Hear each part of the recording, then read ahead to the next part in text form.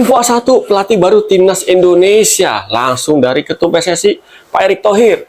Info terbarunya, pelatih Timnas Indonesia belum ditemukan alias belum ada. Ya karena ya masih dijajak nih siapa pelatih baru Timnas Indonesia. Ya kita tunggu aja nih kira-kira siapa yang bakal jadi pelatih baru Timnas Indonesia. Tapi yang jelas katanya sih no CLBK, no orang lama yang bakal jadi pelatih timnas baru. Kita diajak move on nih sama ketum PSSI, katanya udah kita move on dari Sintayong, kita move on dari Patrick Kluivert. Oke, kita ikuti alur pemikiran dari ketum PSSI. Ya nggak masalah. Yang penting nyari pelatih baru nanti yang kualitasnya di atas STY sama di atas Patrick Kluivert. Jangan yang setara. Kalau setara yang ngapain? Itu satu. Nah, yang kedua nih, yang ramai jadi perbincangan netizen juga terkait jadwal FIFA Matchday nanti bulan depan, bulan November nih. Ini pecinta sepak bola tanah juga bertanya-tanya nih.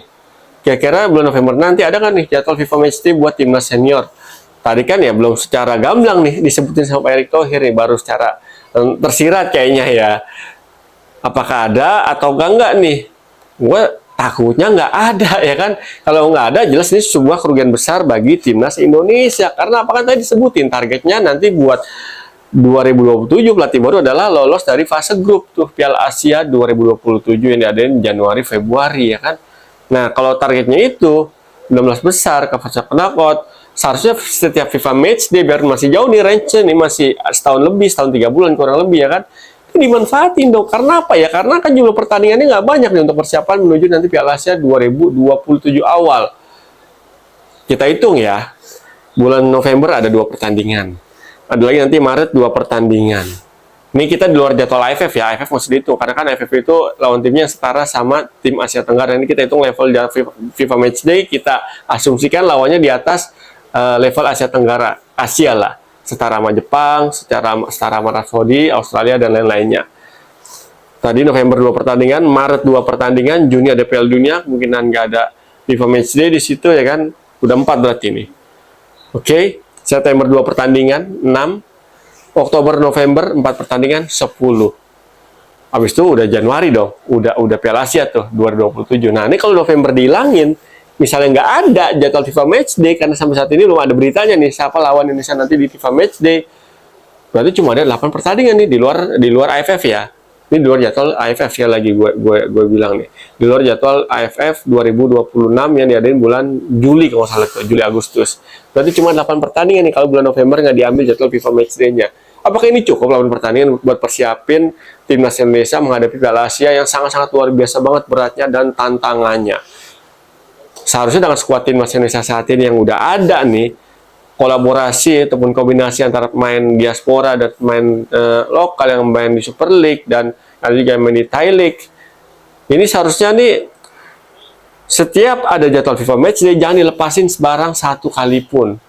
Ya, karena nggak tiap bulan kan FIFA Matchday.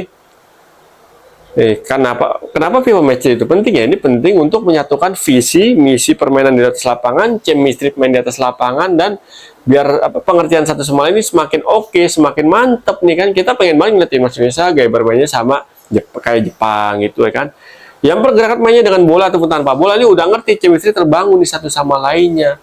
Gimana cara ngembangunnya ya? Ngembangunnya ya pas FIFA Matchday ini di laga uji coba. Ya sesuai dengan kalender FIFA. Kalau alasannya belum ada pelatih baru, ya kan ini pasti kan PSSI udah punya roadmap-nya nih. Ini timnas nih buat tahun ini mau kayak gimana, nanti buat ngadepin Piala Asia kayak gimana. Udah tahu nih ancer-ancernya nih timnas mau kayak gimana. Otomatis sudah tahu dong ancer-ancer lawannya siapa nih yang cocok nih buat target yang udah tetapin buat nanti Piala Asia nih, lolos ke fase knockout. Kan udah bisa diancar-ancar lawannya siapa. Seharusnya dengan udah ada ataupun belum ada pelatih, cari aja dulu lawannya nanti bulan November. Nggak masalah menurut gua ya. Ini menurut pendapat pribadi gue, POV gua. Bisa diperdebatkan ya bisa. Nggak masalah, cari aja dulu lawannya. Mau tim dari Asia Tengah oke, mau tim dari Amerika Latin no problem. Yang penting lawannya tuh di atas level tim dari Asia Tenggara, biar ya kita udah bisa merasakan nih, udah bisa punya bayangan untuk melawan nanti calon-calon lawan kita di Piala Asia nanti. Mau Lebanon lagi ya nggak apa-apa, lawan Irak lagi ya nggak masalah, lawan Palestina oke. Kalau di Asia Tengah, Uzbekistan kalau belum punya jadwal, boleh Tajikistan, Turkmenistan yang nggak masalah. Kalau dari Asia Barat lagi, tim Asia Barat kan mau lawan Oman. Nah, kalau Oman habis gugur tuh, Oman tuh. Kita lawan Oman lagi juga nggak apa-apa. Rematch sama Bahrain, no problem. Lawan Oman juga oke, tuh Oman juga bagus. Menurut gua gaya bermainnya tuh dan oke. Kemarin kan Oman gagal juga ya karena apa saja tuh. Udah menang 1-0, kena comeback sama Uni Emirat Arab tuh. Jadi 2-1. Yang bikin Oman jadi gagal lolos ke ronde berikutnya sama kayak Indonesia. Tuh Oman bisa tuh, ajak tanding Oman. Ajak aja Oman bagus kok itu. Kualitas juga hampir setara sama tim-tim Timur Tengah lainnya, sama Qatar, sama Arab Saudi. Bisa tuh jadi lawan tanding Indonesia di bulan November nanti kalau Oman belum punya jadwal. Ada banyak dari Amerika Latin, cari aja siapa lawannya tuh. Ada Honduras ya kan. Asal nggak mau yang lebih oke lagi.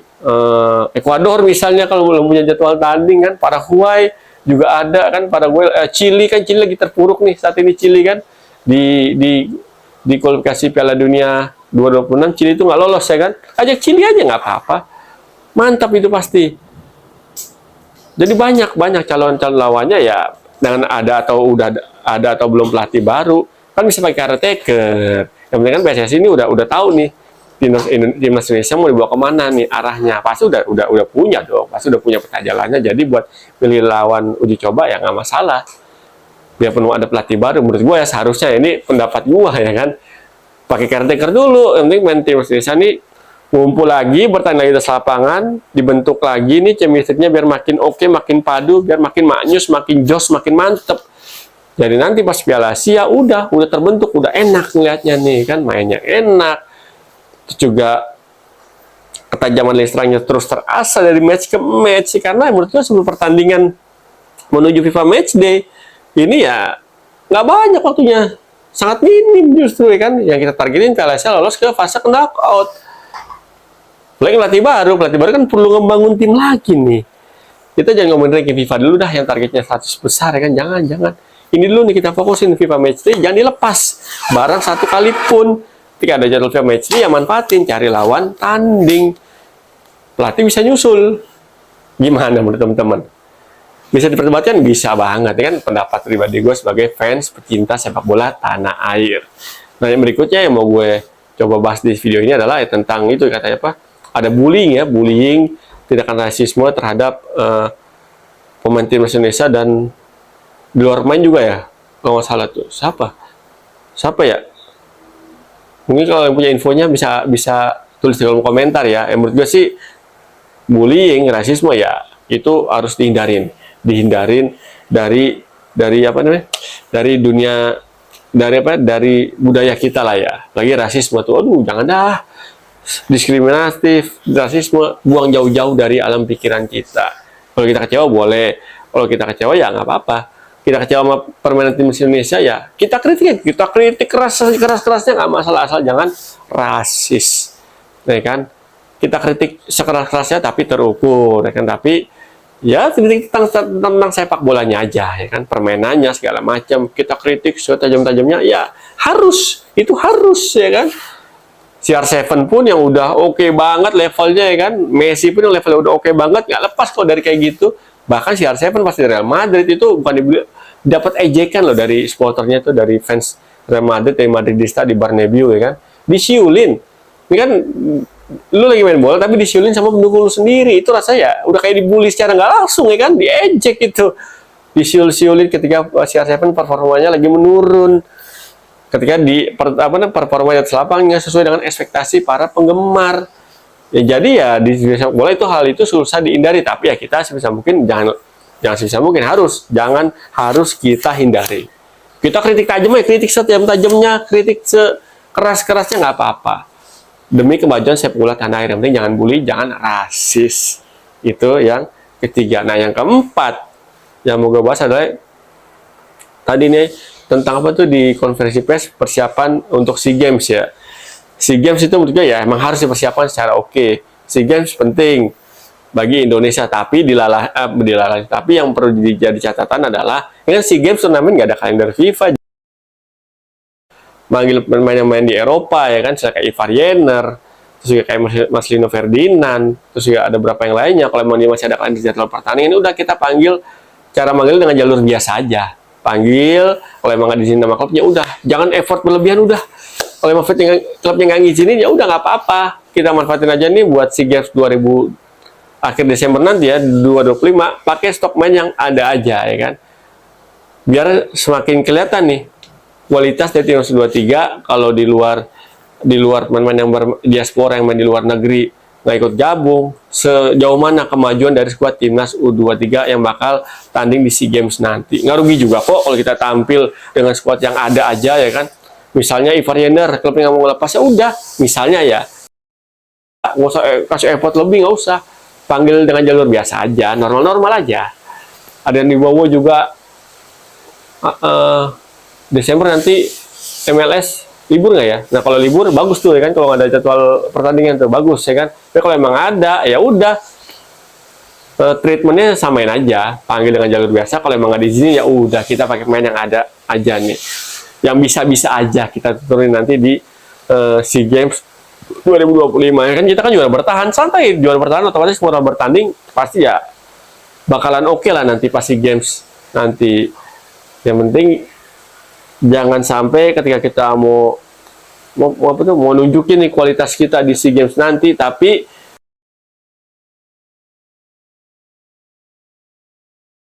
kan agar klub yang ada main timnas Indonesia ini nih mau ngelepas mainnya. Kalau emang klub udah kalau lepas ya udah, nggak usah dibujuk-bujuk lagi, udah kasih surat dilepas syukur, gak dilepas ya udah, kita pakai main yang ada. Itu sih menurut gua ya, itu terkait SEA Games nanti nih yang U23 bakal dilatih sama Coach Indra Safri ya buat nanti FIFA Matchday. Sekali lagi, gue berharap banget nih sama Federasi, PSSI, Pak Erick Thohir, tolong FIFA Matchday buat timnas senior, jangan dilepas. Adain bulan November, cari lawannya. Kita gue bilang Oman yang baru juga gagal lolos Piala Dunia 2026, bisa kita jadiin lawan tanding Indonesia nanti buat FIFA Matchday. Kalau dia belum punya jadwal juga ya kan. Dari Asia Timur juga nggak apa-apa ya kan. Kita mau rematch lawan Cina, kalau Cina belum punya jadwal juga, kita ajakin tanding aja Cina ya kan. Dan atau tim-tim lainnya nggak masalah, yang penting bulan November jangan sampai jadwal timnas Indonesia senior itu kosong. Jangan sampai, karena rugi banget. Karena di Piala Asia biarpun secara range waktu masih setahun lebih, tapi dari sisi jadwal pertandingan kalau cuma 10 pertandingan di luar AFF itu ya sempit banget, terlalu singkat, dan belum tentu cukup dengan pelatih baru untuk menyatukan para pemain yang ada saat ini. Itu sih opini gua, pendapat pribadi gua. Gimana menurut teman-teman? Kalau punya pendapat lain, tulis di kolom komentar. Yang penting dukung terus kemajuan sepak bola tanah air, timnas Indonesia, liga kita biar makin maju, apalagi grassroots nih. Pendidikan usia dini nih. Iya, pendidikan para pemain dari sejak usia dini mudah-mudahan didorong abis-abisan ya biar makin oke, makin mantep. Biar regenerasi di timnas Indonesia nanti sesuai dengan blueprint. Nah, gue ngomongin blueprint, lupa di satu. Ngomongin blueprint PSSI terkait lolos Piala Dunia kan blueprintnya 2034 ya. Dan netizen juga bertanya, kalau emang blueprintnya lolos ke Piala Dunia 2034, kok kemarin Sinteyong di tengah jalan dipecat? Kan target sesuai blueprintnya target lolosnya itu 2034, kok kemarin Sinteyong udah lagi oke performanya, lagi oke-okenya nih di kualifikasi Piala Dunia round ketiga, udah ada di peringkat 3, selisih satu poin sama peringkat 2, kok tiba-tiba dipecat, diganti tengah jalan sama Patrick Kluivert yang dilalahnya ya secara permainan. Kalau kita mau bedah secara objektif ya kan, di era Patrick Kluivert itu bisa menang karena ya sedikit banyak tuh pakai gaya bermain yang mirip kayak Sinteyong, main ngandelin defense counter ya kan, dengan 3 back sejajar ya kan. Ya suka nggak suka ya diakuin atau enggak ya, legacy formasi taktik dari Sinteyong itu yang saat ini sangat cocok sama gaya permainan Indonesia. Nggak tahu nanti ke depannya ya, tapi untuk saat ini ya ini yang pas nih buat timnas Indonesia dengan skuad yang ada saat ini. Jadi ya menurut gua sih, kalau emang blueprintnya kayak gitu, seharusnya kemarin Sinteyong nggak diganti tengah jalan. Karena apa ya, membangun timnas Indonesia nggak butuh sehari 2 hari, setahun 2 tahun, butuh panjang, butuh jangka waktu yang panjang. Kalau kita ngomongin blueprint, berarti kalau 2034 targetnya ke Piala Dunia masih ada 9 tahun nih untuk menuju target blueprint tersebut. Emang sangat disayangkan kan? Seandainya kejadian awal tahun ini perubahan pelatih nggak terjadi, ya bisa jadi sekarang kita lagi happy nih lolos ke Piala Dunia 2026, bisa jadi. Tapi apa boleh buat ya kan. Nah sih udah jadi lontong ketoprak ya, kita cuma bisa sedih, menyesali ya kan. Ya udah, semoga ini menjadi pelajaran buat kita semua, terutama buat federasi ya, dalam mengambil keputusan. Jangan sering gonta, kalau bisa sebisa mungkin jangan gonta-ganti pelatih di tengah turnamen ataupun di tengah ajang lagi diikutin sama Indonesia.